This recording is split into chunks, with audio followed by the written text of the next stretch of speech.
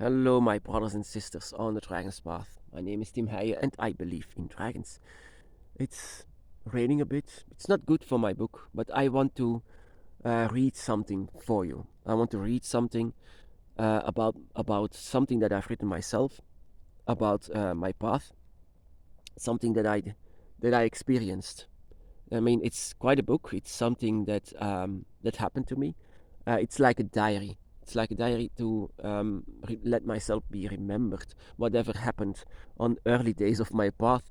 And actually, that is the best way, of course, to have a book, to have your own book, because every dragon path is different. So as well that your your experiences that you had before is very very important to remember.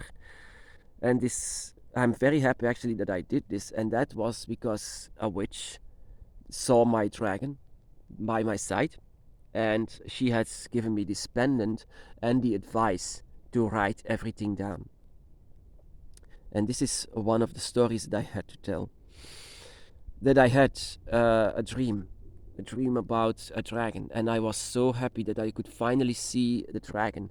I didn't know it was my dragon, but it felt very recognizable. Whenever I felt this dragon, it seemed that I have seen this dragon before. It's like an old friend that comes back after so long, and I was so emotional that I saw my dragon. But that was not it, of course. In this, it was actually a drawing that I made, a drawing that I could still find on the internet, that I have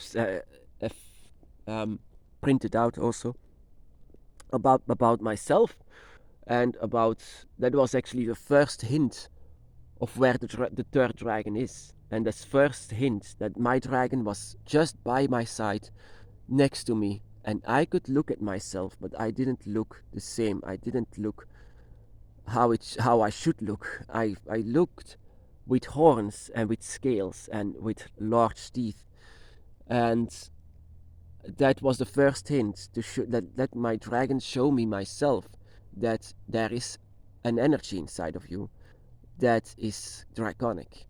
But that is not something that I would accept. I rejected this idea immediately.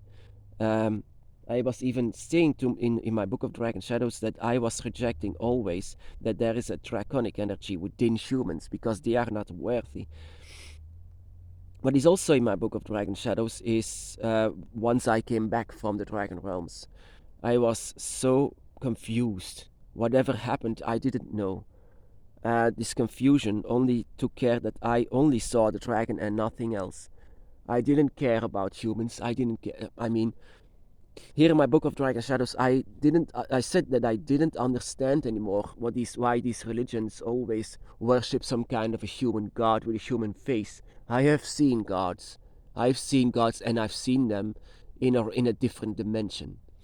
Why don't humans see this? Why don't humans see the beauty of the dragon? Why don't see their divinity, their divine strength, because that is of course a question that I had then, but I had an answer later. This answer was because the dragon doesn't come to people who don't have a connection with. The humans are nothing for them, but you are everything for them because you have a large connection. And so you see, I had a lot of questions, but it will be revealed eventually later on. Also, let me continue. What I also had, uh, I cannot say everything that is inside my book. Of course, some things are not meant to share, but some things they are, of course. Whatever experiences you have with your dragon, not everything is something that you should tell others, of course. It's something that you should remain to yourself, to your dragon eye. Ah, yes, of course. the first moment that I have met a dragon god, which was Tiamat, that was very intense moment. I mean, the most intense moment was, of course, my awakening. But the second one was that I've met Tiamat or Ghana, or however you want to call her. But I didn't know didn't know back then who that was. That was an enormous strength, enormous power, but I didn't know what that was. But it felt so good. It felt very that I was so happy, that I was so glad, and my dragon was always saying, "Yeah, this is actually a mom, a mother, and our mother." And I didn't understand what mother. I mean, who is that? I mean, but I felt this how Tiamat was going through me and constantly touching my soul, my spirit, and it was so damn beautiful. I was awakened even more because she was touching my spirit even more and more, and that was a night that I will never forget. It was in before my altar, and then on my bed. It was very powerful. No matter how a dragon card comes to you, you cannot be prepared for that. Never. Is also here. I said that I have given too much blood in the blood commitment.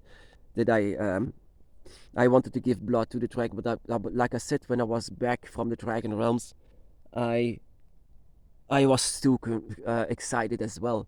And this excitement took care that I cut my hand very, very much to give the blood to the dragon. And then, of course, people saw this and they already knew about my draconic path that I'm taking because I could not remain silent. My dragon always said, remain silent. You know how it seems to people who don't believe in dragons, that you are on the dragon's path. But I couldn't. I had to show everyone the dragon. Can't you see the dragon, how beautiful, how pure they are? And everyone was saying, wow, that guy is crazy. But yeah, of course, I can understand where it's coming from, where I'm so, yeah, where this crazy, where the people think that I'm going crazy. At the moment, there was a moment that I even thought that I was going crazy.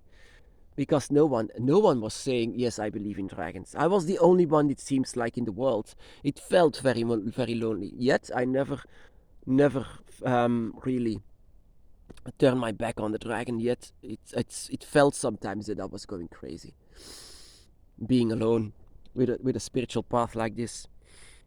But yeah, I still continued my path, and of course that is of course a proof that this is truly your path.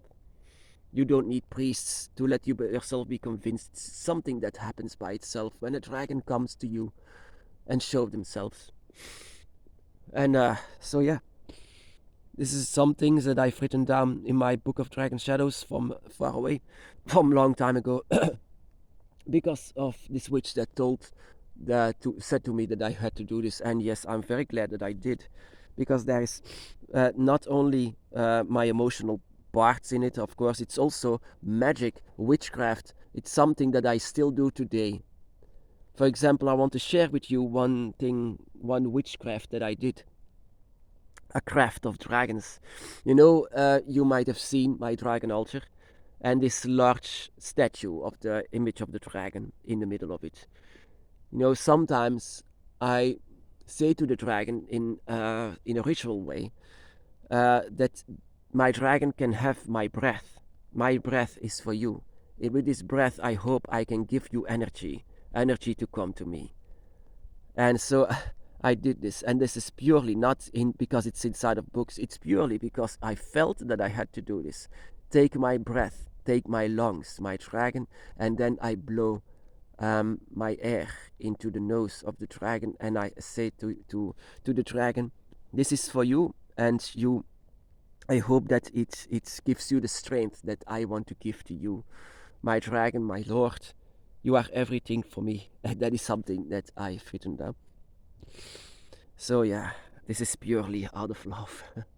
Maybe you can do this as well, of course, to give your breath to the dragon. It gives you, it's a ceremonial way to give your energy to them. Of course, the dragon can reject this because they don't want you any harm. But sometimes the dragon can use your energy, and that is what my dragon did. My dragon rejected my breath because It's my dragon thought it was taking too much energy because I was giving everything, and my dragon was no, you keep it for yourself. But they appreciate this very much. But some things the dragon rejects because they don't want harm to you. They really, really love us. I mean, truly.